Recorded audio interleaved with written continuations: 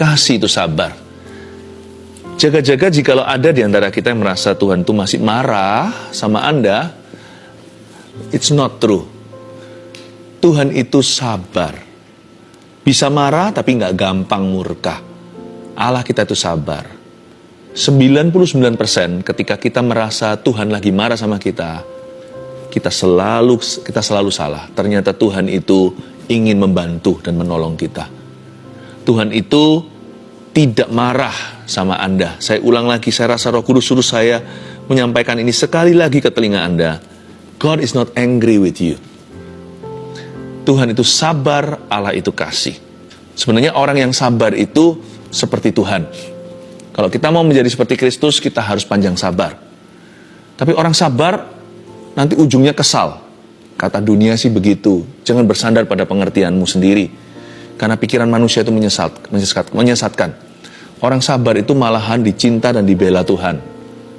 Tuhan sayang sama orang yang sabar. Orang yang sabar itu dieman sama Tuhan, disayang. Jadi Tuhan yang berkepentingan.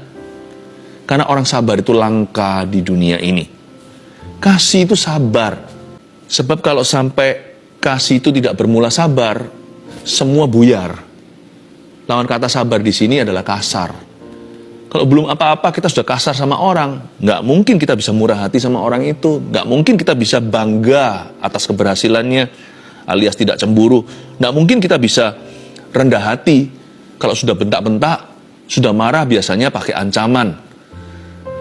Ya, nggak mungkin kita bisa melakukan apa yang sopan kalau kita sudah kasar di depan. Makanya kasih itu sabar.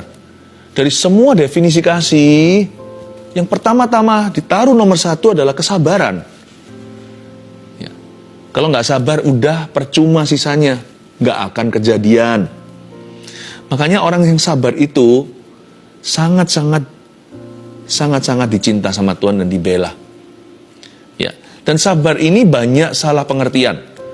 Banyak di antara kita tidak sedikit yang mengira bahwa namanya orang sabar itu orang lamban. Sabar itu nggak ada hubungannya dengan speed atau kecepatan. Setahu saya ya, orang yang sabar itu malah tak-tak kerjanya. Malah gesit dalam kehidupan. Apa hubungannya orang sabar dengan orang lamban? Nggak ada hubungannya. Salah tafsir kita akan firman Tuhan. Sabar itu sikap hati. Sabar itu bukan performa kerja. Sabar itu bukan IQ. Sabar itu adalah suatu komitmen di dalam hati kita untuk belajar mengalah demi kepentingan yang lebih besar. Demi kepentingan bersama kita sisihkan, sampingkan kepentingan pribadi dulu. Definisi sabar yang simpel apa ya? Definisi yang manusiawi aja, jangan yang rohani. Sabar itu bukan berarti nggak berbuat sesuatu. Itu orang pasif namanya. Ya, itu namanya orang tumpul. Sabar itu bisa saja ada di dalam diri seorang yang brilian otaknya. Seorang yang cerdas. Sabar nggak ada hubungannya sekali lagi dengan IQ.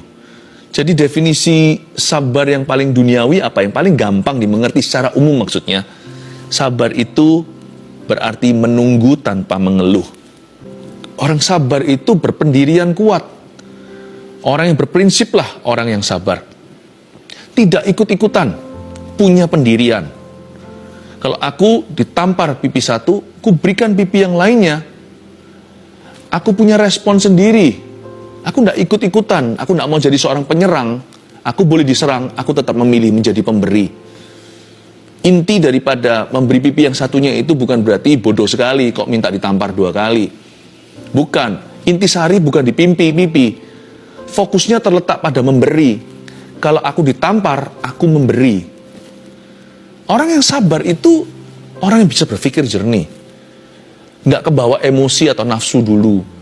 Dia bisa tata perasaannya, dia bisa tata pikirannya, bahkan dia bisa tata perasaan dan pikiran itu dalam perkataan. Biasanya orang yang tenang berujung menang.